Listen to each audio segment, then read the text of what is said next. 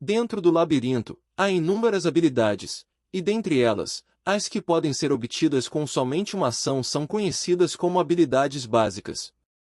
Para aqueles que brandem uma espada, eles aprendem esgrima; para usuários de escudo, arte do escudo; e para aqueles que usam uma lança, proficiência com lança. Então, resumindo, todos os jogadores as possuem. Assim, uma habilidade que combine todas as básicas, mesmo não sendo tão chamativa, é com certeza muito útil. Essa habilidade é chamada de Arte de Armas Errak, uma habilidade criada por Enzal, que foi até mesmo elogiado pela deusa e que agora seria ensinada a nosso protagonista. Mas após essa longa explicação, nosso protagonista parece não ter demonstrado muito interesse. Enzal pergunta a nosso protagonista se ele acha a habilidade inútil, e nosso protagonista diz que mesmo que as habilidades estejam combinadas, isso não mudaria nada. Enquanto pensava, ele dizia que caso fossem abolidas as habilidades principais, ainda seria inútil por causa das questões fundamentais do sistema. Interrompendo o pensamento de nosso protagonista, Enzal pergunta quanto de ataque nosso protagonista possui, o que logo lhe é respondido com um. O velhote então afirma que o dano base deve ser 4, e mais uma vez nosso protagonista confirma com um sim. O velhote então diz que esse deve ser o ataque base do escudo e então ele manda que nosso protagonista o ataque, como havia dito antes. Nosso protagonista percebe o uso da habilidade do velho e diz que foi ele quem pediu por isso e em seguida acerta com toda a força a cabeça do velhote, o que parece ter lhe causado uma dor tremenda.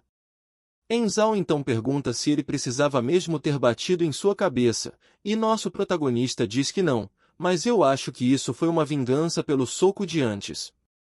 Enzal, mesmo parecendo irritado, pede para nosso protagonista dar um soco nele dessa vez, enquanto isso nosso protagonista pensa que caso ele acertasse a cabeça do velho de novo, ele ficaria irritado. Preparando-se para dar um soco, ele entra em posição e então acerta o peito do velho, dando 2 de dano dessa vez. O velho Enzal pergunta se ele entendeu o que queria dizer, e nosso protagonista diz que Enzal queria mostrar o quanto o dano varia dependendo da arma que é usada. O velho então confirma a hipótese de nosso protagonista e diz que ele aprende rápido, e diz que devido a esse efeito, aventureiros usam uma única arma. Ele dá um exemplo de alguém equipado com uma manopla de 50 de dano e uma espada com 20. Quando atacar usando a espada, o dano usado será somente os 20, e para a manopla somente 50, fazendo com que um dano de 70 nunca ocorra. Nosso protagonista diz que isso é meio óbvio, pois caso isso fosse possível, os aventureiros andariam por aí com uma pilha enorme de armas, e é por isso que eles usam apenas uma arma e se especializam nela. O velho então sugere que isso é ruim, pois pensar em usar uma única arma durante todo o combate é muito ineficiente. Batalhar é algo que é feito com sua vida em risco, e obviamente você irá usar todo o seu corpo nesse processo, não somente usando a arma, mas também com os braços e até mesmo com os ombros. Nosso protagonista confuso, então diz que, por causa de como o sistema é, somente o dano mais baixo conta, confirmando novamente a hipótese de nosso protagonista. O velho Enzal diz que é isso mesmo, mas a ordem religiosa que serve a deusa Levinenoff não gosta disso, pois seu corpo é uma arma, e sua arma é parte de seu corpo. Quando se brande uma arma, ela não deve ter diferença de seu corpo. Depois de uma longa pesquisa, Enzal foi capaz de desenvolver a habilidade Arte de Armas Errak e com isso, todas as habilidades básicas e dano base e até mesmo seus equipamentos são combinados. Essa informação acerta nosso protagonista como um choque, pois com isso o dano seria somado. O velhote então diz que ele entendeu certo. Então, se ele estiver com a espada de mais 20 e a manopla de mais 50, não importa com qual ele ataque, seu dano será de 70.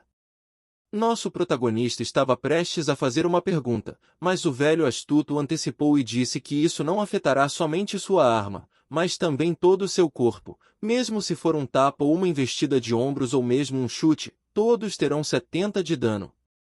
Surpreso, nosso protagonista pensa que basicamente todo o seu corpo se torna uma arma. Com essa habilidade, é possível equipar todo e qualquer item inútil. Nesse momento, essa habilidade pode não ser muito útil, mas à medida que ele descer os andares do labirinto e conseguir equipamentos de nível superior, essa habilidade vai se tornar ainda mais incrível. Olhando para o velho, ele diz que essa é uma habilidade incrível e em seus pensamentos a compara com uma habilidade principal. Enzal diz que para nosso protagonista, que já possui a habilidade resistir, essa pode não ser uma boa habilidade, mas para aventureiros normais, essa é uma habilidade que não pode ser aprendida mesmo com o esforço de toda uma vida. E ele pergunta se nosso protagonista quer aprendê-la, o que nosso protagonista só confirma. O velho então fala que gostou dele por não ter hesitado em momento algum e estende a mão para nosso protagonista. Ele coloca a mão no ombro e pede a Kang que relaxe todo o seu corpo, enquanto transfere a habilidade. O velho diz que essa é diferente de todas as habilidades que ele criou ou conseguiu em toda a sua vida e que ele pode transferi-la com facilidade, mas devido à sua proficiência ser de 100%, nosso protagonista sofreria um pouco de dor para recebê-la. E então o sistema começa a converter as habilidades básicas de nosso protagonista para a habilidade de arte de combate e hack. Naquele momento, todos os tipos de habilidades e informações estavam aparecendo para ele, e nosso protagonista nunca pensou que poderia receber uma habilidade tão facilmente assim. Envolvido por uma grande energia verde e com o sistema indicando a aquisição da habilidade Arte de Armas hack do próprio criador, uma habilidade capaz de unir a arma e o corpo, mas pela baixa proficiência, haverá perdas na aplicação do poder. Após a transferência de habilidade, o velho diz que até que nosso protagonista se torne proficiente nessa habilidade, ele recomenda treinar todos os dias sem pular nenhum. Do seu bolso, ele pega algo para nosso protagonista. O item em questão era um anel desgastado que concede um ponto de ataque. O velho então diz que esse item não irá deixá-lo super forte ou coisa do tipo, mas infelizmente é tudo o que ele pode dar no momento. Nosso protagonista, feliz da vida, pega o anel do velho e diz que isso está ótimo, e enquanto equipa o anel, ele pensa que se fosse em sua vida passada, ele teria jogado um item desses fora, mas agora esse anel tem o mesmo valor de uma espada enferrujada. O velho pensativo diz que com isso ele já entregou tudo o que queria e diz que já que nosso protagonista não pode se aprofundar muito, ele pergunta se ele não quer treinar. Ele diz a nosso protagonista que ele deveria testar sua habilidade antes de usá-la na prática, o que nosso protagonista rapidamente concorda e diz que não tem motivos para recusar tal oferta. E então vemos ambos prepararem-se para começar o treinamento. Após toda aquela pancadaria, nosso protagonista está deitado no chão todo ofegante e acabado. Ele diz que treinaram por 2 dias inteiros e nunca pensou que receberia essa habilidade no processo. A habilidade em questão é persistência em batalha, que permite ele permanecer em batalha por mais tempo sem se sentir cansado. Kang pensava que, por estar no modo solo, ele nunca conseguiria essa habilidade, pois ele só conseguiria essa habilidade normalmente ao lutar contra outros jogadores. E foi graças a essa habilidade que ele pôde lutar contra o monstro Rank S por vários dias seguidos em sua vida passada. Aproximando-se, o velho diz que nosso protagonista tem um senso e uma habilidade que parecem ser impossíveis de ver no primeiro andar e diz que nosso protagonista possui olhos afiados. Ele então dá um sorriso e pergunta a nosso protagonista se foi suficiente para ele, o que nosso protagonista respeitosamente responde que sim. O velho paladino então senta-se ao lado de Kang e pede que ele prometa 2 coisas. Tai-san pergunta o que seria.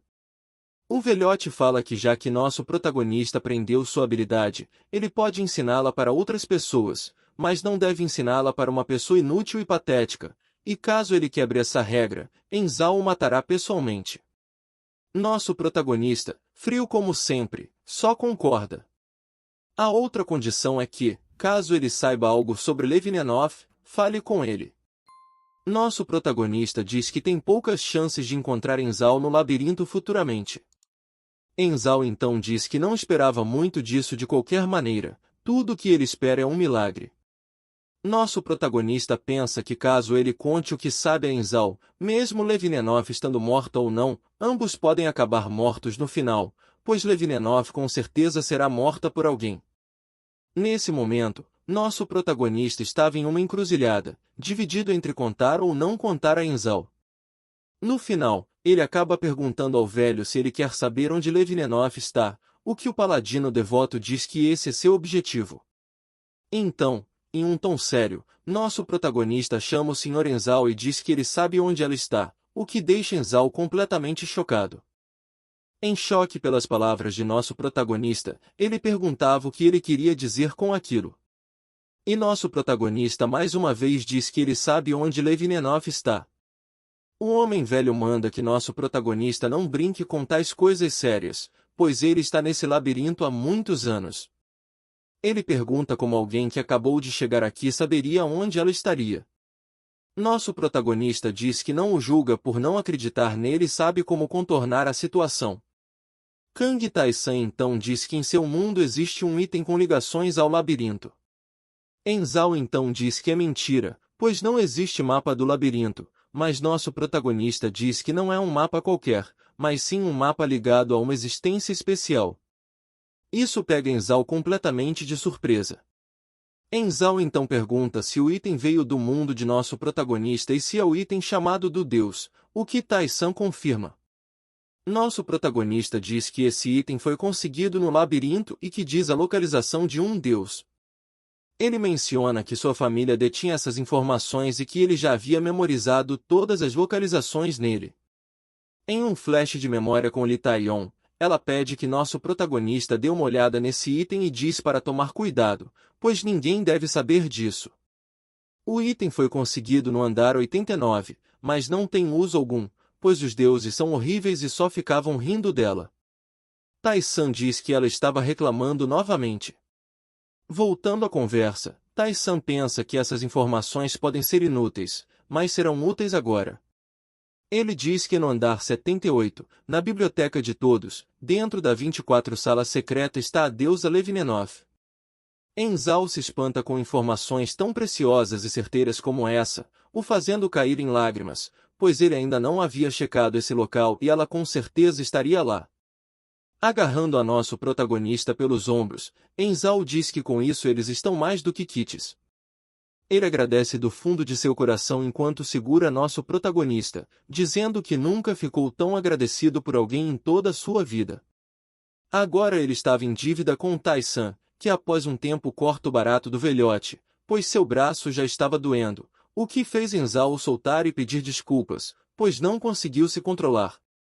Enquanto Enzal pensa, nosso protagonista pergunta se ele queria ir para lá agora, e Enzal responde que será difícil, pois o andar 78 é muito profundo e um local estranho até mesmo para ele.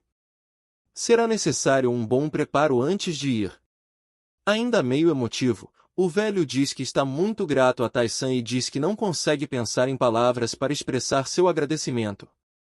Então, parando para pensar novamente, ele diz que precisa dar uma recompensa a nosso protagonista e pega um item chamado Anel de Bronze que concede 20 de vida e que foi usado pelo próprio Enzal antes de ser entregue a nosso protagonista. Com o item equipado, Tai-san diz que um item desse só seria possível conseguir por volta do andar 30. O velho Enzal diz que normalmente não daria um item desses a um novato do primeiro andar, mas como nosso protagonista não demonstrou ser preguiçoso, ele espera que seu achismo não faça ele se arrepender. Kang Tai-san diz para Enzal não se preocupar, pois ele não tem tempo de ficar parado. O velho então diz que isso é bom e vai se afastando para se preparar. Nosso protagonista pergunta se ele já está de saída. Enzal diz que finalmente tem pistas sobre onde ela está e fala que não pode perder tempo. Ele agradece a Tai-san e deseja que se encontrem no futuro. Enquanto vai embora, podemos ver Enzal com uma expressão estranha no rosto, enquanto diz a deusa que logo ele estará chegando. O último que restou está chegando. Ele deixa o local enquanto ri estranhamente pelos corredores. Após a saída de Enzal, nosso protagonista se pergunta se ele conseguirá encontrar a deusa e se ela ainda estará viva, ou já estará morta. No fim, ele não a verá tão cedo de qualquer maneira. Mudando de cenário, vemos nosso protagonista nadando pelos corredores novamente. Ele diz que após andar um pouco pelo primeiro andar, sua destreza está em 25, então pegar um rato gigante se tornou uma tarefa fácil. Ao ativar a habilidade de aumento da alma, o sistema diz que devido à diferença das almas ser muito grande, nada pode ser obtido do alvo. Nosso protagonista sobre o cadáver do rato borrachudo diz que se a diferença for muito grande, uma hora a habilidade vai parar de fazer efeito. Porém, ele já esperava por isso. Retirando-se para outro lugar, ele diz que já evoluiu o máximo possível para o primeiro andar e que está na hora de descer. Mas antes disso, ele precisa passar em um local. E então é explicado que no labirinto existem salas secretas, e que em todos os andares tem uma. E dentro de cada uma existem grandes recompensas para quem as encontra primeiro, como cajados mágicos, anéis de levitação, poções de aumento permanentes de atributo, e por aí vai. Esses são itens que dão uma grande vantagem para aqueles que se aventuram pelo labirinto, mas apenas uma pessoa pode entrar na sala secreta. Isso faz a competição para entrar nessas salas no modo fácil ser severa e faz a maioria das pessoas sair do labirinto por pura sorte em vez de habilidade. Porém, agora que ele está no modo solo, ele poderá entrar em todas as salas secretas. Abrindo uma porta, nosso protagonista se pergunta se as salas secretas serão as mesmas também. Claro, o mapa do labirinto muda com a dificuldade, mas a estrutura geral se mantém a mesma.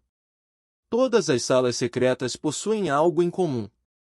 Olhando para um quarto vazio, nosso protagonista diz que é aqui.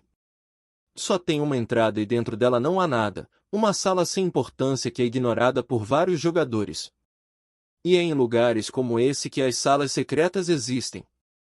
São tijolos simples que não possuem nenhuma propriedade diferente.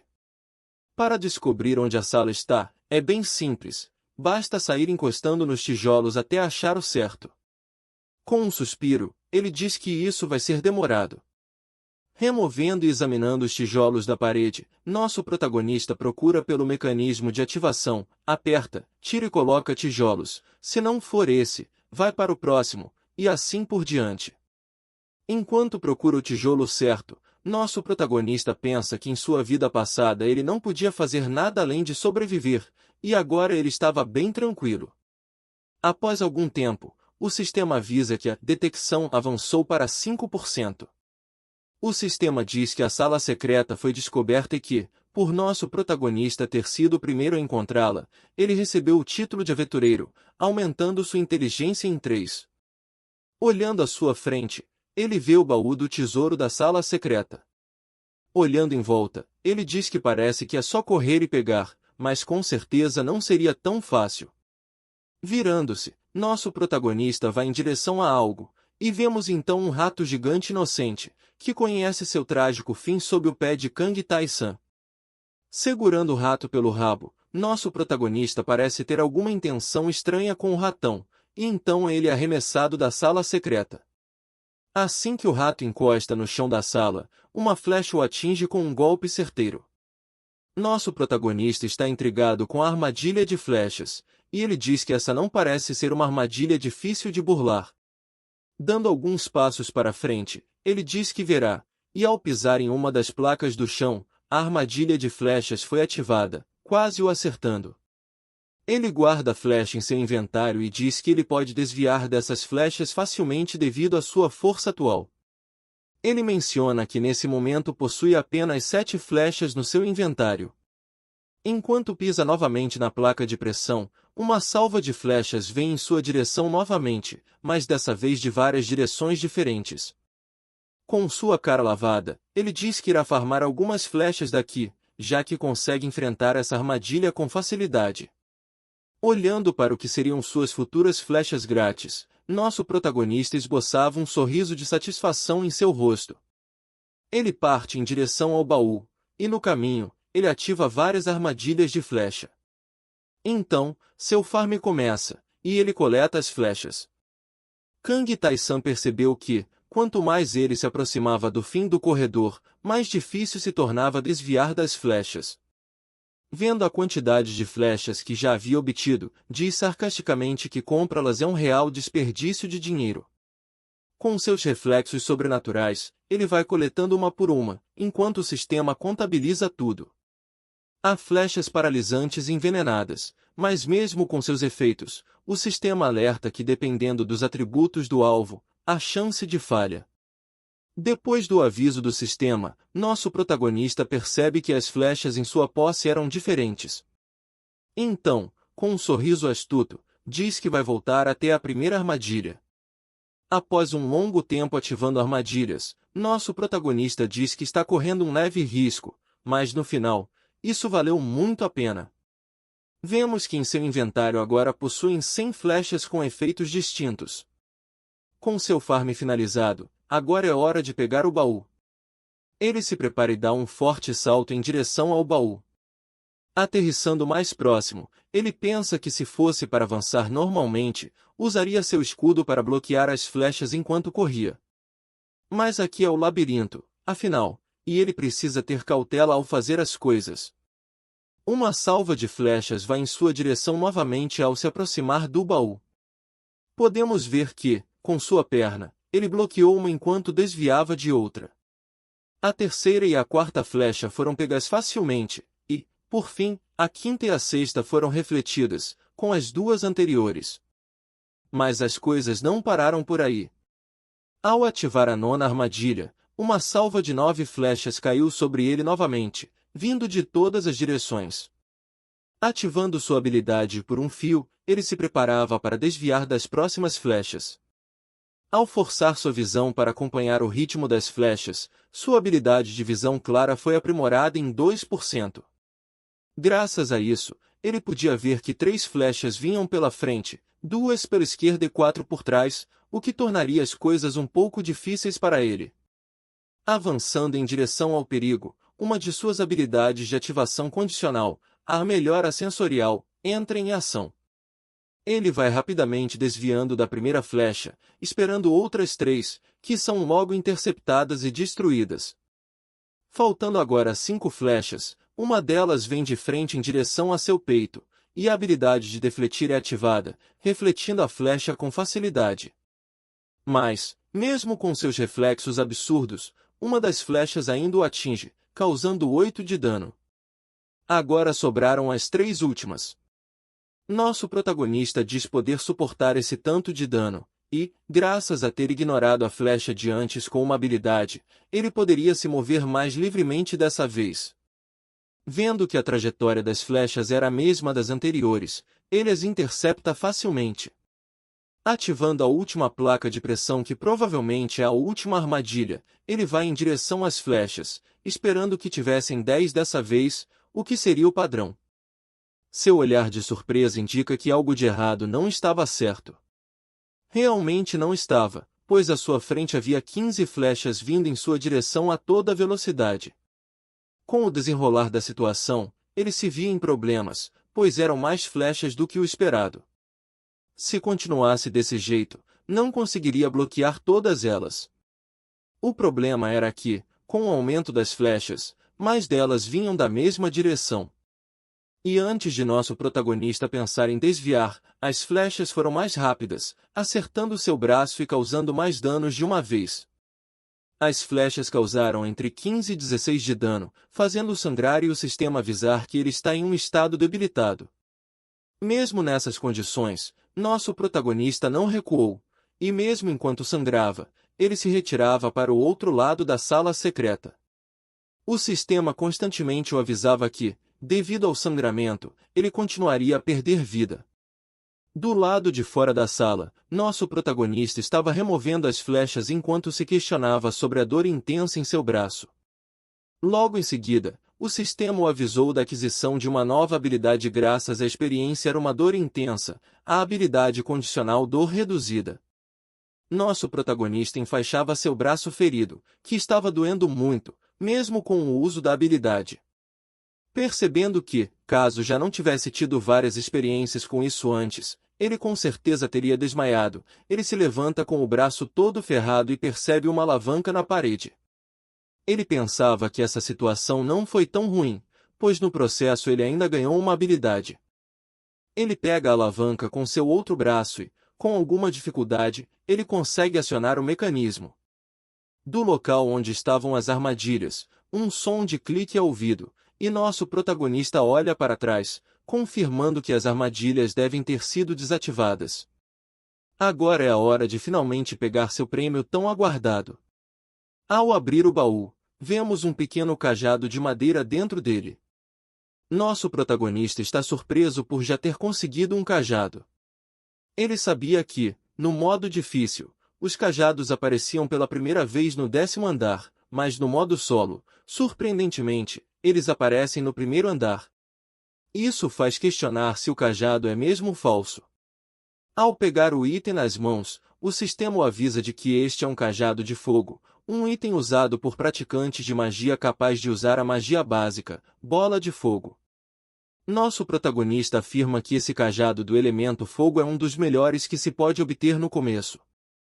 Isso faz ele se surpreender ainda mais com os itens dados no modo solo. Ele se lembra que Litaion não conseguiu achar a sala secreta em sua vida passada e não sabe como ele está indo, mas, se continuar desse jeito, no futuro, estará ainda mais forte. Do lado de fora da sala, vemos um ratão buscando vingança por seus amigos mortos. Após o ataque do rato vingativo, nosso protagonista desvia facilmente enquanto pensa que não pode usar um de seus braços agora. Mesmo assim, graças à grande diferença de atributos, ele não tem mais problema contra esses ratos. O rato guincha de raiva por achar que está sendo subestimado, mas nosso protagonista, que o observava, recebe uma nova habilidade graças a conseguir se mover livremente mesmo num estado debilitado. Graças a isso, ele recebe a habilidade condicional, Força de Vontade Inquebrável, que ele aceita feliz. No momento seguinte, vemos ele mandar o rato vingativo para o pós-vida junto de seus amigos. Passado algum tempo, nosso protagonista está de volta à primavera da vida, onde pode se agachar para beber água. O sistema logo anuncia que ele retornou ao seu estado normal. Ele se senta na grama para verificar suas habilidades ganhas com sua última aventura. Em sua última incursão, ele recebeu a habilidade contínua de ativação condicional, Dor Reduzida. Ele se torna imune à dor, porém, seus sentimentos ainda a sentem. A habilidade de melhora sensorial é outra aquisição, uma habilidade que melhora seus sentidos, podendo até mesmo sentir intenção assassina. Ele comenta que ambas as habilidades são boas, mas que não teriam muita utilidade agora. No entanto, caso ele melhore sua proficiência nelas, podem ter um bom uso no futuro. Outra de suas habilidades recém-adquiridas é a Força de Vontade Inabalável, uma habilidade que usa 1 de mana. Seu efeito faz com que nosso protagonista, mesmo com feridas terríveis, não fraqueje. Durante o combate, ele pode ignorar os ferimentos por até 10 segundos. Nosso protagonista diz que foi doloroso conseguir essa habilidade, mas, no fim das contas, ter uma habilidade que ignora dano por 10 segundos vale muito a pena. Dentre seus prêmios do dia, o melhor é o Cajado de Fogo, que usa 3 de mana e é capaz de disparar bolas de fogo. Caso um alvo não tenha resistência ao fogo, será afligido pelo status de queimar. Guardando seu item no inventário, ele diz que já tem tudo que o primeiro andar pode proporcionar e está na hora de descer. Após isso, é explicado como o labirinto funciona. Basicamente, com cada escada que leva para o próximo andar, e protegida por um chefe. Para prosseguir, é necessário derrotar o chefe para então continuar. Diante de um grande portão, nosso protagonista diz que seria bom se desse para derrotar o chefe facilmente. No entanto, nessa torre, não existe nada fácil. Abrindo a porta com um pontapé, vemos a figura de uma criatura que guincha monstruosamente. Enquanto vemos que é um rato gigante, ainda mais gigante, um rato colossal, parte em direção a nosso protagonista para atacá-lo. Mais uma vez, o sistema avisa da aparição de um rato gigante.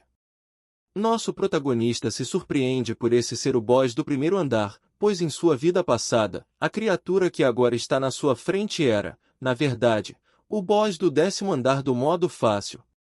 Isso causou muitas mortes de jogadores.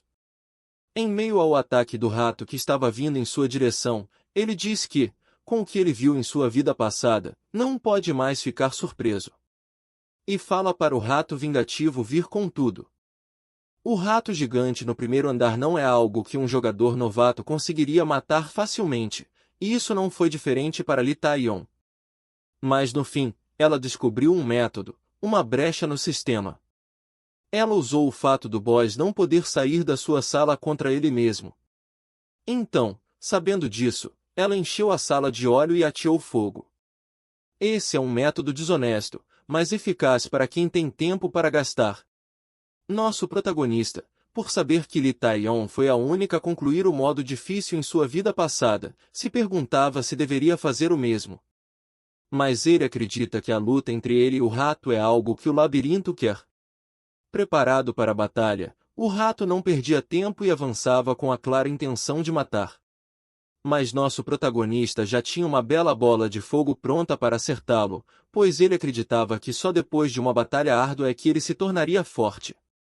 O ratão, que tinha vindo sedento para atacar, na verdade, recebeu uma bela bola de fogo na cara. E o sistema logo foi verificando os status. No final, o rato sofreu o status negativo de queimadura, e o plano de nosso protagonista deu certo no fim, mas mesmo queimando, o dano causado era de 1 por segundo durante 10 segundos, não sendo suficiente. Com seu arco e as flechas conseguidas anteriormente com as armadilhas, ele dispara um tiro certeiro no ratão, e o sistema verifica os seus status negativo informando do envenenamento ativo. Com outra flecha já preparada, ele diz que não importa o quanto demore, ele continuará tentando. E logo em seguida, vemos o rato agonizando pelo efeito de paralisia da nova flecha, e preparando mais um monte de flechas, nosso protagonista diz que finalmente está na hora de começar a parte boa. Com isso dito, nosso protagonista dispara diversas flechas uma atrás da outra, pois com o fogo e a paralisia, seria difícil ele se mexer. E o sistema a todo momento continua a alertar sobre os status negativos sendo infligidos, e enquanto isso, as flechas continuavam a ser disparadas para acumular o maior dano possível na criatura. E quando o rato estava com uma aparência bem debilitada, nosso protagonista trocou para seu escudo e se aproximou, e preparando um forte ataque, ele pensa que isso nem foi uma luta e sim uma sentença de morte para o rato.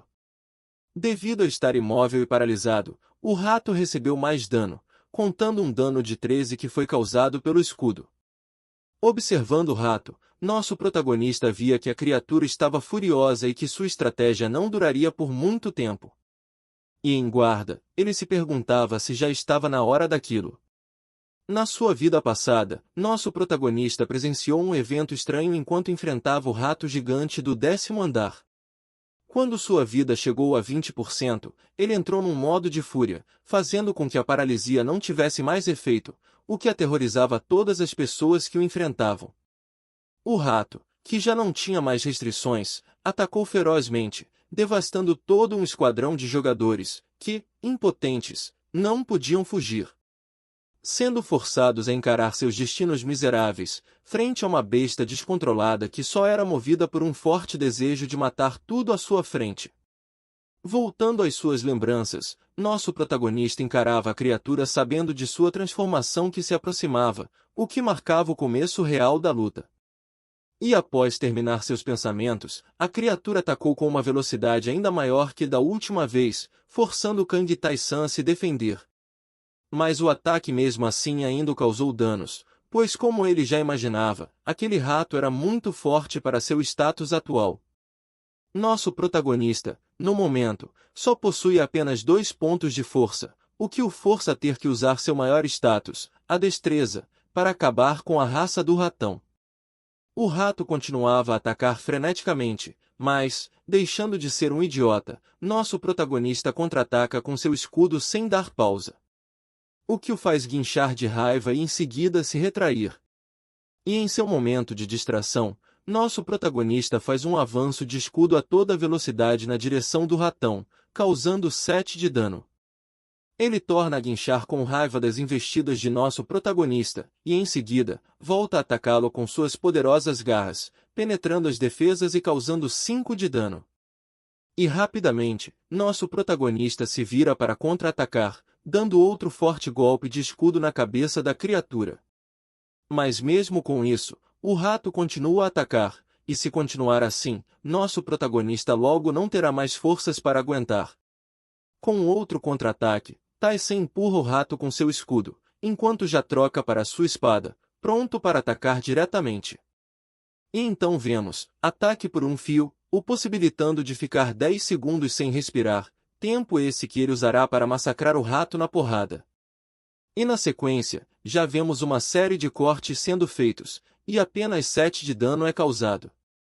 Agora, com outro ataque do rato, vemos que o dano é completamente infligido, pois nosso protagonista não tem mais seu escudo, e ele recebe 24 de dano direto. Enquanto estava no ar, nosso protagonista pensou que com um dano tão alto por ataque, ele com certeza não durará por muitos golpes. E mesmo se usar o resistir ou defletir, só conseguirá aguentar no máximo 8 ataques dessa criatura. Ele já vai gastando o defletir desviando o próximo golpe, e envolvido por raios, ele diz que com certeza acabará com isso antes do 8º golpe. O rato parece desdenhar de nosso protagonista e continua a atacá-lo. E nosso protagonista aproveita essa oportunidade para ativar seu contra-ataque, que dará muito dano no alvo com o próximo golpe. E sem perder tempo, ele avança com sua espada pronta para acertar o rato borrachudo. E como resultado desse ataque desesperado contra a criatura, vemos um clarão, e em seguida, o golpe dado no pescoço causa grandes 20 de dano direto. E por fim, nosso protagonista triunfante é agraciado com as palavras de vitória do sistema, o rato borrachudo enfim foi vencido. Ele limpava o suor de seu rosto e pensava que no fim das contas acabou sendo mais fácil do que ele pensou. E quando ele estava prestes a reclamar por suas recompensas, o sistema faz sua aparição e diz que com a morte do ratão, a destreza aumentou em 2, e a mana aumentou em 3. E graças à ativação da habilidade da alma, nosso protagonista ainda obteve mais 2 de destreza e mais 3 de mana extra. E juntamente com tudo isso, ele ainda subiu de nível e se recuperou por completo no processo. Ao derrotar o chefe do primeiro andar, nosso protagonista recebeu a recompensa do andar, uma poção de aumento de atributo aleatório. E por achar a sala secreta, ele recebeu mais 2 poções de aumento de atributo direcional. E isso surpreendeu Tai-san, pois esses itens são difíceis de obter até mesmo no andar 50. Ainda sobre o rato, nosso protagonista não demorou muito para usar seus novos itens e já foi bebendo tudo. Graças às poções aleatórias, nosso protagonista recebeu 1 ponto de força. E aproveitando a chance, ele já usou as poções de aumento direcional para ganhar mais 2 pontos de ataque. E olhando para sua tela de status, nosso protagonista diz que foi uma maravilha ganhar 3 pontos de ataque em instantes. Atualmente, sua força chegou a 17, inteligência 15 e destreza 30, o que faz nosso protagonista suspirar com esse sendo seu status no primeiro andar. Ele olha suas habilidades e percebe algo novo, contra-ataque, uma habilidade que ele ganhou antes do esperado. Uma habilidade que é tão útil quanto defletir, fazendo um contra-ataque que causa um grande dano ao inimigo. Tai-san se espreguiçou enquanto dizia já ter conferido todos os seus ganhos. E ele então se pergunta o que deve fazer agora. Ele abre a comunidade novamente, dessa vez apresentando um modo básico de como concluir o primeiro andar do labirinto. Ele rapidamente acaba de digitar todo o arquivo e posta ele sem muitas expectativas que isso dê certo. E pouco tempo depois de sua postagem, uma resposta parece já ter surgido. Na área da comunidade, as pessoas seguem tirando suas dúvidas, e vemos um indivíduo de cabelos verdes e outro loiro conversando sobre como chegar à primavera da vida. O loirinho diz que não tem como passar a localização da primavera da vida, pois ela está em um lugar diferente para cada pessoa. Para ter uma melhor direção, teria que falar com o mercador.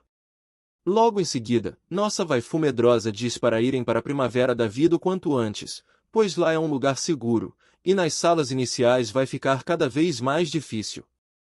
Enquanto nossa waifu falava, um figurante suspirava e dizia de fundo que, nesse lugar, uma espécie inteira lutava para sobreviver.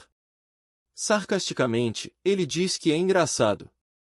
Mas dentre os pessimistas, há também os otimistas, e um sorridente jovem diz que pelo menos eles ainda têm uma chance.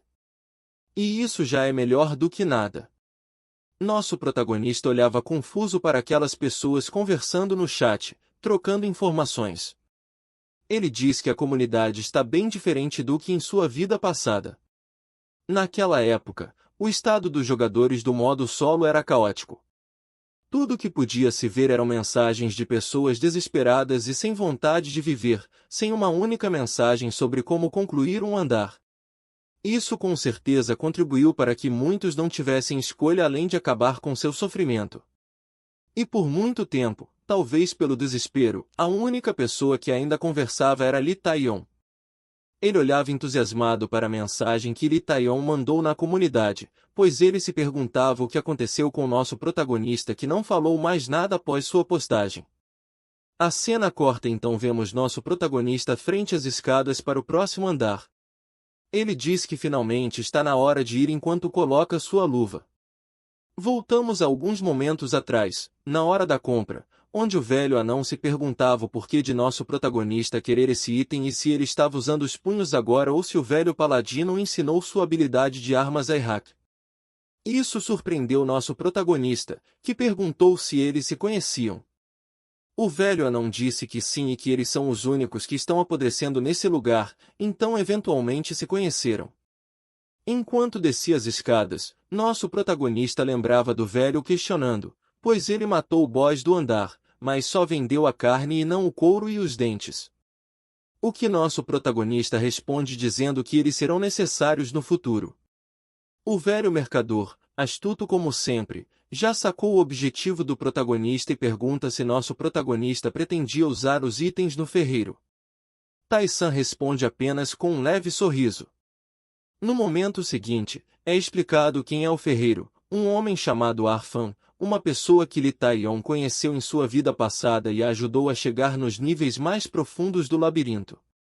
E enquanto descia as escadas, ele se lembra que o encontrará em alguns andares mais abaixo, então irá se apressar para descer. Ao descer as escadas, ele diz que aqui já é um pouco longe da entrada.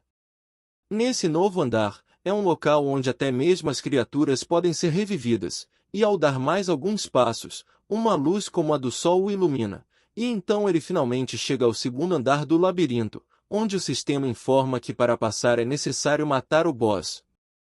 A recompensa do segundo andar é uma poção de aumento de mana de nível baixo, algo que nem mesmo é vendido na loja, deixando nosso protagonista empolgado para concluir o andar. Junto aos avisos do sistema, várias mensagens chegaram, e o sistema informa que há muitas mensagens não lidas. Ao responder às mensagens de pessoas que procuravam por ele, alguém o recebe rapidamente, e logo em seguida, uma avalanche de mensagens invade sua tela de sistema, com várias pessoas querendo tirar suas dúvidas. Isso fez até mesmo o forte Kang Tai-san se perguntar quem deveria responder primeiro. E então, o Kang Jong-yo, em um bate-papo privado, inicia uma conversa onde seu novo amigo diz que conversar na comunidade é um verdadeiro caos. Jong-yo diz que só queria saber como seu salvador estava, e Tai-san simplesmente pergunta se ele não tem nada melhor para fazer. E terminando sua frase, ele pensa que não esperava que todas essas pessoas que estão sendo pressionadas nesse mundo caótico vieram falar com ele por causa de um artigo escrito às pressas. E então, ele pergunta a seu amigo se leu o artigo que ele havia mandado anteriormente, o que Jong-yo diz com uma cara de choro que sim, ele com certeza leu, pois durante todo esse tempo ele esteve procurando alguma esperança para se agarrar, e o artigo o ajudou muito. Nosso protagonista, apático, diz de nada. Jong-yo diz que, como ele já sabe, não tem como conseguir comida do lado de fora do labirinto. Mas ninguém que entrou no labirinto havia se disposto a falar isso. E graças à falta de informação e alguém para conversar, ele esteve em um estado crítico e decadente, a ponto de implorar ao porteiro por comida, mas mesmo assim não obteve resposta. Ele diz que correu para o labirinto em busca de algo para comer, e foi então que ele viu aquilo, uma mensagem na comunidade que lhe chamou a atenção, método para a conclusão do primeiro andar. E ele diz que, embora não pareça, o artigo foi extremamente importante naquele momento. Ele também ressalta que, após ler, a senhorita Tae-yong também conseguiu concluir. Aquilo acerta nosso protagonista como um choque, pois ele se lembrou que Taion reclamava frequentemente em sua vida passada que não conseguia ajuda de ninguém no início do labirinto, e nessa vida, após alguns concluírem, outros se incentivaram a tentar. Por curiosidade, nosso protagonista pergunta quantas pessoas conseguiram matar um rato grande. Mas no momento, apenas Li Taion e Zhong You conseguiram. Nosso protagonista diz que já esperava Li Taion, mas esse cara novo é realmente inusitado, pois ele não se lembra de nenhuma menção de seu nome em sua vida passada, o que o leva a pensar que ele deve ter morrido no labirinto enquanto sobrevivia. E ele compara o talento desse novo figurante ao de Li Taion, o fazendo se surpreender por um cara assim ter sobrevivido graças ao seu artigo. Mudando de assunto, nosso protagonista dá uma dica para ele, dizendo que na primavera da vida ele encontrará um velhote procurando uma deusa. Ele irá atacar com tudo, mas caso você responda à altura, as recompensas serão generosas. E ele alerta que os NPCs te tratam diferente dependendo de suas ações, então tenha cuidado, e ele pede que posteriormente informe o mesmo a Li Taion. E do nada, Zhong You decide perguntar se nosso protagonista está bem. Nosso protagonista confuso pergunta o porquê da preocupação, e então seu novo amigo esquisito diz que eles estão nas mesmas situações, o que os torna adversários.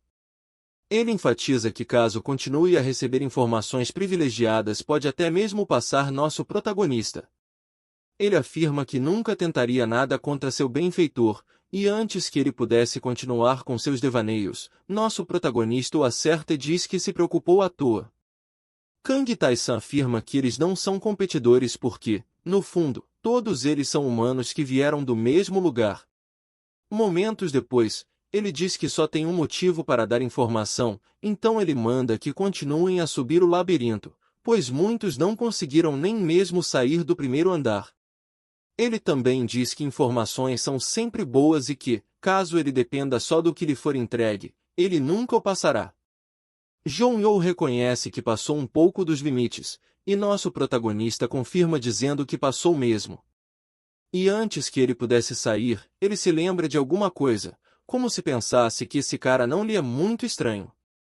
Mudando o assunto, nosso protagonista pergunta como está indo a comunidade, e Zhong You diz que tem pessoas falando mal deles, pessoas das outras dificuldades.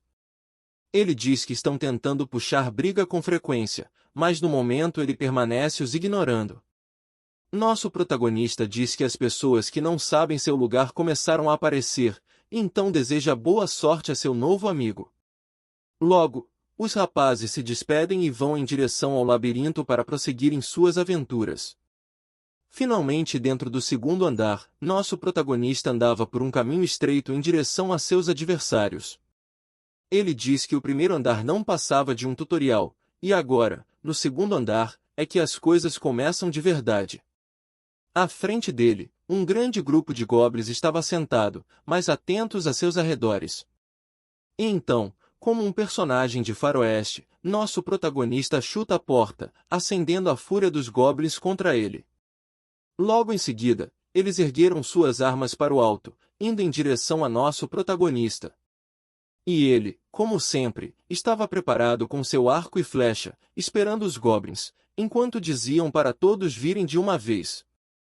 Frente a seus novos adversários, os goblins, nosso protagonista dá uma breve explicação sobre como caçá-los. Essas criaturas são simples de abater caso estejam sozinhas, mas graças ao seu fator de inteligência, isso se torna mais difícil, o que faz deles um problema ainda maior de enfrentar quando estão em grupo. Rapidamente, ele dispara várias flechas que subsequentemente atingem um goblin arqueiro que estava mais ao fundo, paralisando-o. Enquanto os outros avançavam a toda velocidade, o goblin com escudo é o primeiro a atacar, mas foi facilmente interceptado pelo escudo de nosso protagonista. Ele desdenha da cara do goblin, chamando de ruim, e manda que ele tente bloquear isso com seu escudo patético. Em sequência, o goblin toma um soco que o enterra no chão com escudo e tudo.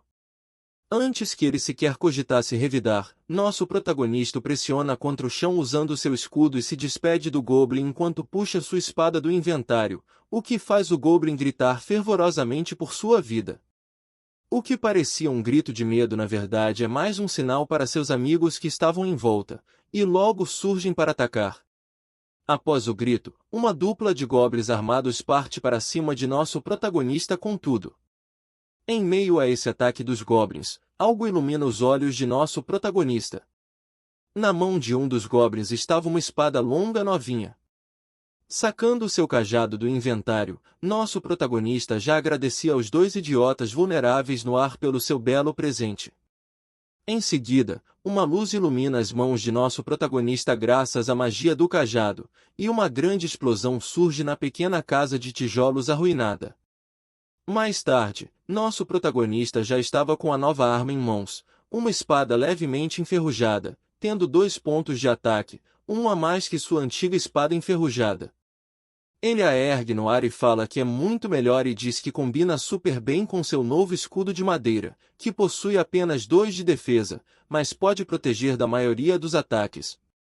Após andar um pouco pelo segundo andar, nosso protagonista encontra uma porta comum, mas ao adentrar o cômodo, ele se depara com algo que lhe chama bastante a atenção.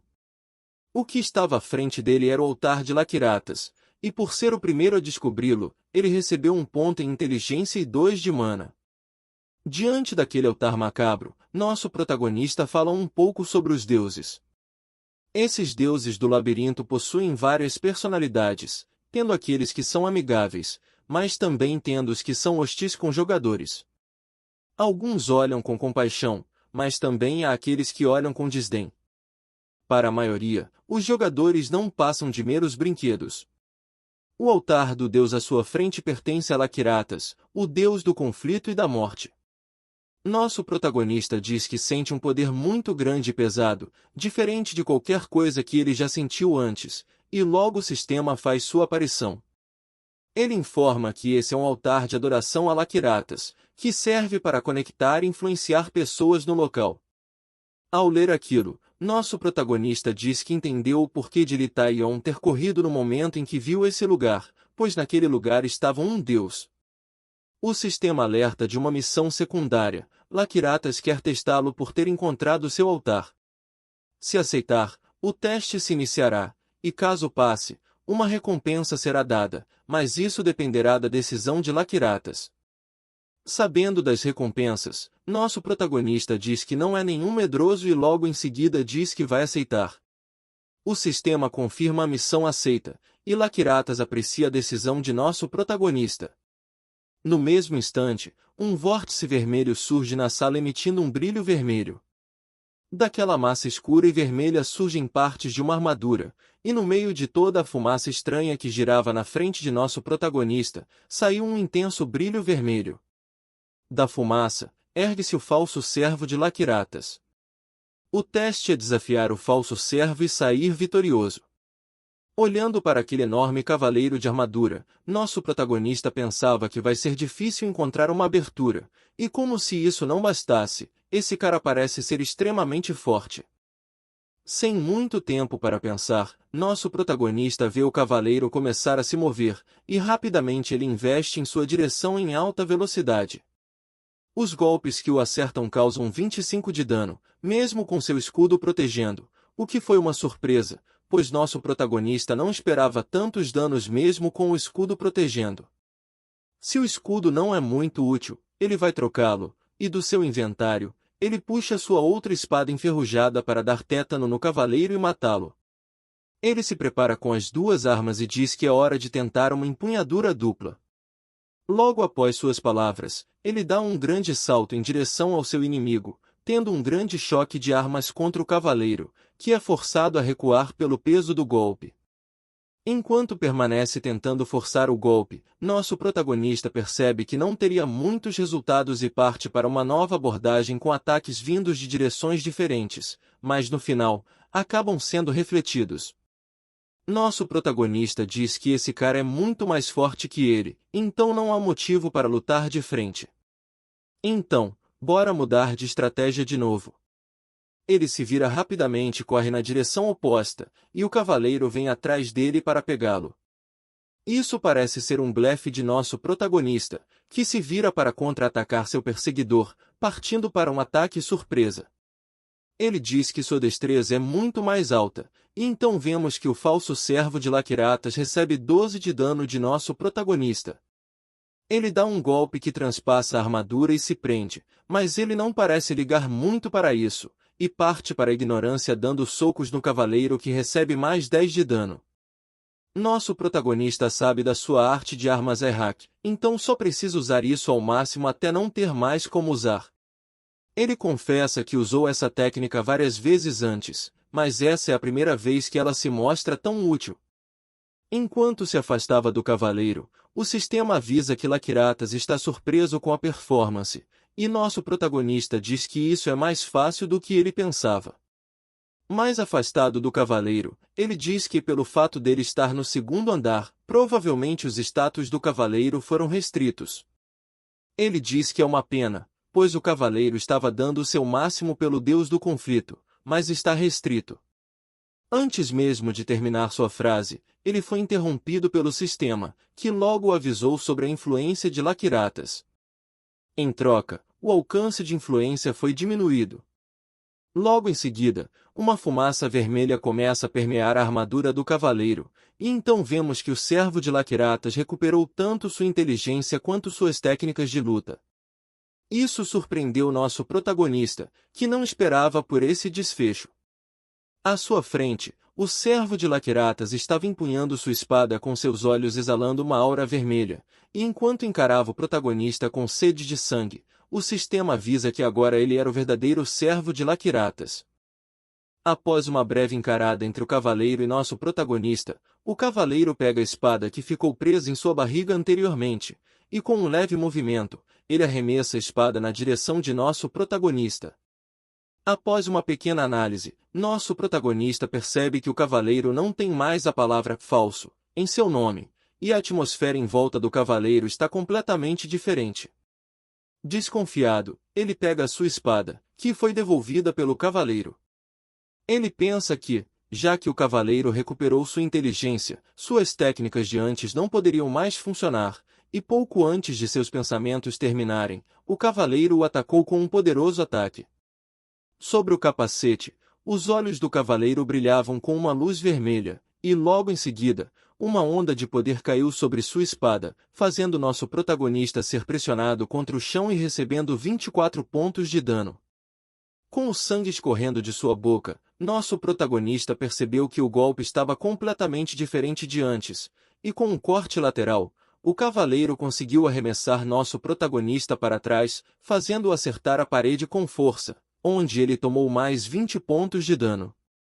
Ainda surpreso com o choque, nosso protagonista percebeu as habilidades do cavaleiro, pois ele fez movimentos limpos sem movimentos desnecessários.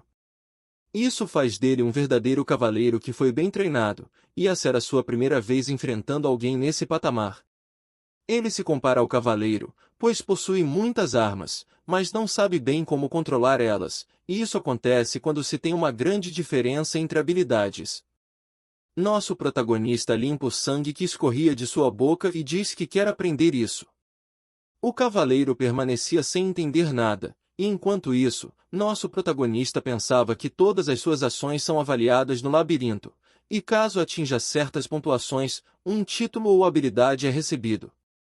E a habilidade desse cavaleiro com certeza é, no mínimo, Rank A, o que definitivamente acendeu a vontade de ter essa habilidade em nosso protagonista. Ele agora emanava um brilho azul de seu corpo enquanto encarava o cavaleiro com a habilidade que ele queria. Segurando firmemente sua espada, ele diz que com certeza o cavaleiro é melhor que ele com a espada, mas no fim das contas, ele é um jogador e espadas não são a única coisa que ele sabe usar. Ele diz isso enquanto tira seu cajado do inventário, e rapidamente ele conjura a bola de fogo que é arremessada no cavaleiro. Como esperado, a bola de fogo é facilmente cortada, mas no fim, isso não passou de uma distração criada por Tai-san, que já estava em suas costas preparado para um ataque surpresa, que acerta em cheio o servo de Laquiratas, causando 6 de dano.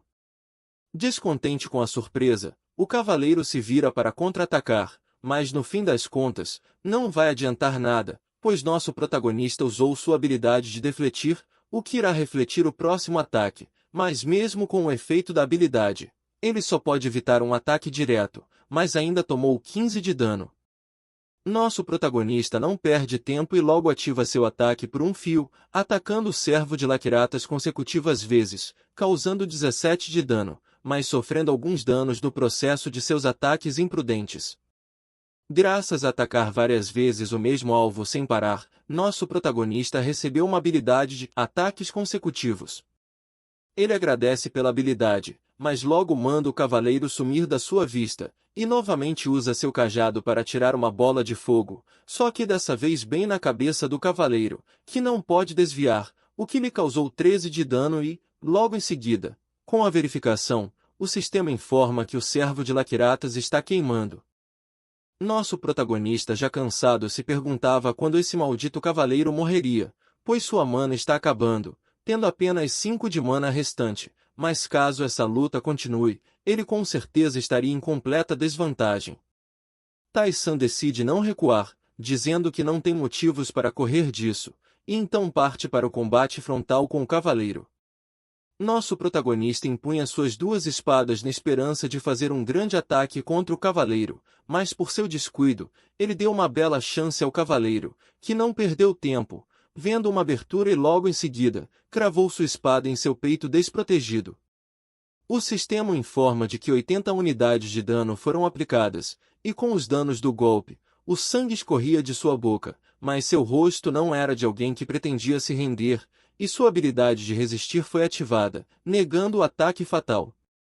Ele então preparava um golpe de espada que cairia sobre a cabeça do cavaleiro como um meteoro, e então acerta ambos os golpes em sua cabeça e pescoço, e antes mesmo que o cavaleiro tivesse a chance de revidar, nosso protagonista continuava a cravar as espadas em seu pescoço com toda a sua força até que ela se separasse de seu corpo, trazendo a vitória a nosso protagonista. Enquanto a cabeça voava pelo ar, nosso protagonista ouviu uma fraca voz vinda dela, e o homem por baixo do elmo disse chamar nosso protagonista de jogador corajoso e que essa foi uma bela luta. Então, enquanto estava todo ferrado no chão, o sistema aparece informando que o servo de Lacratas foi derrotado e que o deus Lacratas estava satisfeito com a batalha. Tai-san diz que isso não é coisa para se orgulhar, pois no fim das contas, ele mudou o objetivo da missão do nada, e ele pergunta se isso tudo era só para sacaneá-lo. Como recompensa por derrotar o servo de Lacratas, ele recebeu uma grande quantidade de XP, o fazendo subir de nível, e juntamente com sua saúde restaurada, sua habilidade de aumento de alma foi ativada. Ele ficou surpreso com todas as recompensas e logo foi abrindo seus status para ver as mudanças. Ele se depara com belos números, um aumento total de 17, além de 30 de vida adicional, e um aumento de mana em 5. Ele verifica as notificações restantes para saber se ganhou algum item com a conclusão da missão. O sistema indica que a recompensa depende de Lacratas, que demonstra estar muito satisfeito. Então, ele quer lhe dar um item à altura de sua conquista. Nosso protagonista parece não muito feliz com o deus que brincou com sua vida, e antes de terminar de reclamar, vemos o alcance de Lacratas diminuir mais uma vez, e devido a isso, um item foi obtido, a espada cerimonial de Lacratas, um item verdadeiramente incrível, com 5 de dano e ainda com uma habilidade passiva que restaura 5 de vida ao matar uma criatura. Confuso com o incrível item em suas mãos, Tai-san pergunta se leu errado, e se ele poderia mesmo dar um item desses para ele no segundo andar. Além da espada, uma recompensa extra é dada, a qual nosso protagonista encara como uma compensação pelas dificuldades que passou. A habilidade Prova de Combate foi obtida, uma habilidade contínua de ativação condicional que o torna mais forte a cada batalha que ele vencer. Ele encara a habilidade e diz que é do tipo buff já que foi dada por um deus, deve ser algo útil. Após conferir suas novas aquisições, um forte tremor é sentido, o que faz nosso protagonista se perguntar se ainda não acabou, e ao voltar sua visão para frente, ele percebeu uma janela de status laranja onde Lacratas oferece um contrato de apóstolo. Com o suposto contrato de apóstolo em sua frente, ele se perguntava o que exatamente era aquilo. Ele via que não tinha sequer uma explicação sobre do que se trata ser um apóstolo, e ele apenas tinha que escolher entre sim ou não. Após sentar-se para pensar melhor na proposta de Lacratas, ele se recorda de momentos atrás, durante a luta que teve com o falso servo de Lacratas. O alcance de influência dele foi reduzido, o que proporcionou certos bufos para o cavaleiro. Isso fez pensar que os deuses sofrem certa penalidade quando querem influenciar um jogador ou alguém. E para transformá-lo em um apóstolo, Lacratas está disposto a sacrificar alguma influência. Mas mesmo que seja um ato positivo, ainda é algo feito por um deus, que anteriormente fez o que quis, aumentando a dificuldade para criar o caos, e aceitar a oferta de um ser assim pode não ser muito vantajosa, pois talvez possa acabar se tornando uma marionete por toda a eternidade. Após essa reflexão, ele decide não aceitar, o que o sistema anuncia como contrato recusado e que a oferta de Lacratas foi adiada. Com a mensagem do sistema, nosso protagonista suspira aliviado pelo Deus não ter ficado bravo com a recusa da proposta. Inesperadamente uma nova janela de sistema laranja aparece, uma missão secundária do próprio Lacratas. O objetivo da missão é matar o boss do segundo e do terceiro andar e retornar até o altar, e novamente a recompensa depende do quanto Lacratas se sentir bem com sua performance. Vendo aquela janela, ele diz que não quer aceitar, pois como ele confiaria em alguém que o enganou uma vez? Após a recusa, novamente a janela laranja com a missão duvidosa aparece, mas com o detalhe das letras da recompensa brilhando dessa vez. E vendo aquela insistência, nosso protagonista percebe que essa missão deve ser do tipo que não pode ser recusada e então relutantemente aceita a missão. O sistema logo avisa que a missão foi aceita e uma silhueta na escuridão abriu um sorriso, onde o sistema avisa que Lacratas está feliz com sua decisão. Mais tarde vemos nosso herói retornar para a loja do velho anão. O velho estava surpreso com o jovem que já havia voltado tão cedo, e nosso protagonista diz que precisava de mais algumas coisas. Após uma breve procura, nosso protagonista pega um lote de poções, o que confunde o velho anão, que pergunta o motivo de comprá-las tão cedo.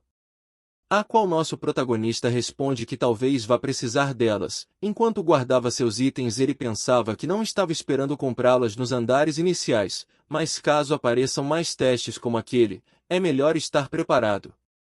Em sua conta estava sua espada, que logo foi percebida pelo velhote.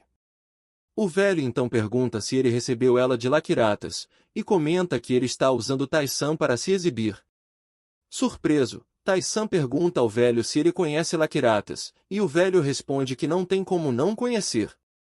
Não foram uma ou duas pessoas que morreram por sua causa.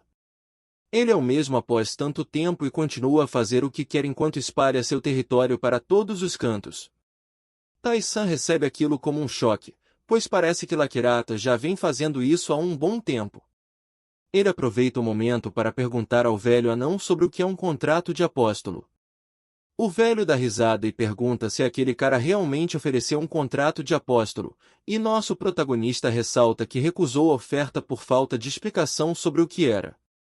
O mercador diz que foi uma boa escolha recusar, pois não é algo que se decide tão levianamente. Meio pensativo, o anão comenta algo com voz baixa sobre o contrato daquele cara, e pede desculpas a nosso protagonista, pois ele não pode contar nada sobre isso, pois a única coisa que ele pode ser para Tai-san é um mercante, e não pode fazer nada além do que é dito em seu contrato. Nosso protagonista pergunta o que ele quer dizer com contrato, e o velho explica que esse é o motivo dele estar preso aqui no labirinto, e fala a nosso protagonista que se ele já pegou tudo, deve dar o fora daqui. Tai-san se despede e diz até breve, e o velho diz que espera que se vejam em outro andar. Após se passar um tempo, nosso protagonista diz que já está na hora do encontro marcado, e então vemos um bate-papo privado se iniciar, onde dessa vez temos a presença de uma nova integrante, e Lee Tae-yon diz um oi a nosso protagonista, Kang Jong-yo faz o mesmo, e nosso protagonista já vai logo acabando com o entusiasmo das crianças ao perguntar se eles encontraram o paladino. Nervosamente, Jong-yo diz que o velho era completamente diferente do que ele disse, e conta que além de tratá-lo como lixo, ele o bateu e simplesmente foi embora. Tai-san pergunta se ele não bloqueou o ataque, a qual Jong-yo pergunta como isso seria possível, pois mesmo se ele quisesse, seu corpo com certeza não aguentaria, e no final, ele só foi suprimido por completo até acabar assim. Para Lee Tae-yong, as coisas parecem não ter sido muito diferentes, pois ela também não conseguiu fazer nada, e nosso protagonista pergunta se eles não fizeram nada depois. Mas parece que Jong-yeol tentou desesperadamente agarrar a perna do paladino, mas ele o mandou ir embora, pois ele não tinha valor. Com isso em mente, nosso protagonista chega à conclusão de que ele só reconhece as pessoas quando respondem a seus ataques, e a mesma regra pode ser aplicada tanto para o mercador quanto para laquiratas. E então pergunta onde eles estão agora. Eles respondem que estão caçando no momento, pois querem subir de nível antes de avançar. Tai-san pergunta como estão indo os outros jogadores, e Jong-yeol diz que começaram a caçar recentemente, mas deve demorar um pouco para conseguirem matar um rato grande, o que levou nosso protagonista a pensar que eles ainda estão se adaptando, então deixará para dar informações sobre o segundo andar depois. Mudando para um tom mais sério, nosso protagonista pede que eles prestem atenção, e eles escutam atentamente. Ele diz que antes de descer ao segundo andar, existe um boss, um rato gigante, uma versão maior do rato grande. Sua vida é maior que 200 e mesmo que seus ataques sejam bloqueados, você ainda sofrerá danos. E pede que tenham cuidado ao enfrentá-lo, e aterrorizados com a notícia, eles perguntam como deveriam matar uma coisa dessas. Nosso protagonista tira o dele da reta e diz que não pode sair falando tudo também, então eles vão se sair bem caso parem um pouco para pensar. Antes de sair, ele pede que repassem a informação para os outros jogadores para evitar que mais gente morra, o que as crianças agradecem e dizem que vão dar o seu melhor, e nosso protagonista os deseja boa sorte enquanto vai saindo do chat. Já do lado de fora, ele diz já ter dito tudo o que queria, então, tá na hora de começar essa missão. Andando pelo andar de ruínas antigas, nosso protagonista começa a bater seus escudo e espada para fazer muito barulho, e parece que seu objetivo é atrair goblins para não ficar procurando por eles, e os resultados logo aparecem, pois um grande grupo de goblins parte para atacá-lo. Vendo aquilo, ele diz que vai testar suas novas habilidades, e então a prova de combate é ativada, e vemos nosso protagonista passar a espada em todos os goblins num piscar de olhos. Ele pousa no chão cravando sua espada em um goblin que vai de arrasta para cima, e sobre o corpo, nosso protagonista comenta que sua mente está vazia, o que reduz seu estresse mental. O que é muito bom, pois além de aumentar seus atributos, ele também pode se curar. Bloqueando um ataque por trás, ele diz que isso não tem restrições ou limite, então se essas condições se manterem, ele pode lutar para sempre. E com um sorriso, ele diz que dependendo da situação, essa pode ser sua habilidade principal. E com isso dito, podemos ouvir por um bom tempo que os pobres goblins foram feitos de saco de pancada, até que um deles voa em direção a uma parede fazendo um som alto, o que faz nosso protagonista olhar na direção do barulho, para descobrir que havia uma porta estranha e pequena naquela direção, e ao abrir a porta ele se depara com uma lápide, e o sistema informa que o túmulo do guerreiro foi encontrado. Vendo aquilo pela primeira vez, nosso protagonista se surpreendeu, e junto à sua surpresa, o sistema anuncia a conquista de primeira descoberta. Isso lhe deu mais 2 pontos em mana e 1 em inteligência. Curioso com a lápide à sua frente, ele se aproximou e a tocou, o que desencadeou um evento estranho que começou a brilhar e girar no ar, como se algo estivesse se formando. Daquele aglomerado de luzes, o que parecia ser um pequeno fantasma surgiu, dizendo, olá para o aventureiro. Aquilo pegou Tai-san completamente desprevenido. Ao tentar iniciar uma conversa com a aparição, ele logo se despediu e retornou para a lápide. Isso não contribuiu muito para que nosso protagonista entendesse o que está acontecendo. Ele toca a lápide mais uma vez para ter certeza do que acabou de ver, e o pequeno fantasma surge dizendo que foi bom conhecê-lo e se despede abruptamente mais uma vez. Isso faz nosso protagonista se enfurecer por ter sido ignorado pelo pequeno fantasma mais uma vez. Novamente, ele vai lá e esfrega a lápide, e como se fosse um gênio da lâmpada, o pequeno fantasma aparece. Rudemente, pergunta o que nosso protagonista está fazendo, pois já o havia mandado ir embora. Sem dar chance de escapar, nosso protagonista o agarra, furioso, e fala para o fantasminha parar de graça e entregar logo a missão. O fantasma debochado pergunta quem ele é para mandar entregar a missão e se nosso protagonista sabe quem ele é. Nosso protagonista simplesmente fala que ele é um guerreiro morto. O fantasma se vira e diz que nos tempos de hoje não tem mais graça, pois o sistema entrega tudo muito fácil, e os jogadores não precisam mais arriscar a vida por informação. Isso despertou a curiosidade de Tai-san, que logo pergunta se na época dele não havia um sistema. Isso não é muito bem respondido pelo fantasma mal-humorado. Olhando para aquele carinha estranho, nosso protagonista percebeu que ele era muito diferente dos outros NPCs, tendo uma aura completamente diferente do que ele viu até agora. Nosso protagonista volta à conversa e manda o fantasminha se calar. Então, pergunta se ele é mesmo uma missão ou se é somente um objeto. Descontente com a pergunta, o fantasminha o chama de panaca, pois agora quer tratá-lo como um simples objeto. Cansado de fazer pose, ele fala que é um fantasma de alguém que morreu e que está preso aqui para dar uma missão. Mas ele ressalta que não dará a missão para fracotes. Isso leva nosso protagonista a perguntar o porquê dele estar aqui nos andares iniciais. Esse parece ser um tópico sensível para o fantasminha, que gritava de raiva, pois ele merecia estar no último andar do labirinto e, no fim das contas, acabou aqui nesse andar de merda. Por fim, manda nosso protagonista só voltar para vê-lo quando passar pelo 30º andar. Tai-san suspira frustrado, pois no final ele só conseguiu achar um NPC que não vale a pena gastar tempo. O fantasminha já ia se despedindo de nosso protagonista quando ele, no fim, percebe algo que estava em posse do aventureiro que ele estava mandando embora. O pobre fantasminha entra em choque por ver tal item com esse aventureiro e se aproxima, perguntando se aquela é uma arma de laquiratas, e por que alguém como ele tem uma dessas. Tai-san responde que apenas concluiu o teste. Ouvindo aquilo, o fantasminha lembra daquele teste maldito. Com um ato aparentemente carinhoso, ele diz que mudou de ideia e vai dar a missão para nosso protagonista, o que parece deixar Tai-san muito confuso com a ação repentina desse carinha. O fantasminha então diz que ele deveria ter falado sobre isso no começo e que ele claramente é digno do teste. Pede que ele espere, pois irá explicar a missão. Tai-san até tenta dizer que não está mais interessado, mas o fantasminha continua mesmo assim. Ele conta que, no passado, foi um excelente guerreiro. Em seu tempo, foi aquele que chegou mais rápido nos andares mais profundos, chegando até a quase concluir o labirinto. Mas, ao tentar passar por um dos andares mais profundos, deparou-se com uma criatura terrível. Resolveu voltar ao 10º andar para descansar. Mas embora sua vida estivesse baixa, monstros de nível baixo não eram um problema, pois não poderiam penetrar sua defesa. Para recuperar suas forças, ele entrou em um sono profundo.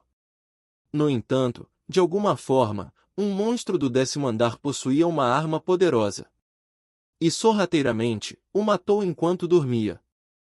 Após a explicação, com a raiva estampada em seu rosto, o fantasminha gritava irritado, pois ele, que conquistou o labirinto até o último andar, teve seu fim como se fosse um bosta. No fim, a missão para nosso protagonista é matar o boss do 10º andar. Caso ele consiga, o fantasminha promete uma recompensa. A tela de sistema mostra o objetivo e a recompensa, que depende do humor do fantasminha guerreiro. Tai-san está um pouco relutante em aceitar, pois a recompensa dependendo do humor do fantasminha pode não ser nada. No fim, ele acaba aceitando por falta de outras missões. Nosso protagonista se dirige até a porta enquanto pensa que essa talvez seja uma missão em cadeia. O fantasminha o para perguntar se vai aceitar a missão, o que Tai-san confirma que sim e diz adeus. Enquanto estava saindo, vemos o fantasminha se apressar para alcançá-lo e, por fim, pousar em sua cabeça. Tai-san pergunta se ele virá junto, e o fantasminha diz positivamente que sim. Ele começa a rodear nosso protagonista enquanto diz que não pode ficar na sua cova, senão não poderá saber se a missão foi mesmo finalizada. Ele também está entediado de ficar lá por tanto tempo, e embora seja só até o 10º andar, isso ainda será divertido. Ouvindo isso, Nosso protagonista pensa que terá que aguentar esse carinha chato até o 10º andar. Após um bom tempo de caminhada, vemos o fantasminha contando sua história novamente e reclamando sem parar daquele monstro estranho que possuía uma arma que podia passar sua defesa. Esse tipo de arma só aparece muito depois, e não fazia o menor sentido um monstro do 10º andar ter algo desse nível em mãos. Ele pergunta a opinião de Tai-san sobre como ela poderia ter aparecido lá. Nosso protagonista já estava completamente cansado da falação sem fim e pergunta se o fantasma não poderia calar a boca um segundo. O fantasminha diz que ele aceitou a missão, então vai ter que aguentar. Isso faz o pobre protagonista pensar se deveria mesmo ter aceitado. Nosso protagonista resolve mudar de assunto e tentar conseguir alguma informação do pequeno fantasma.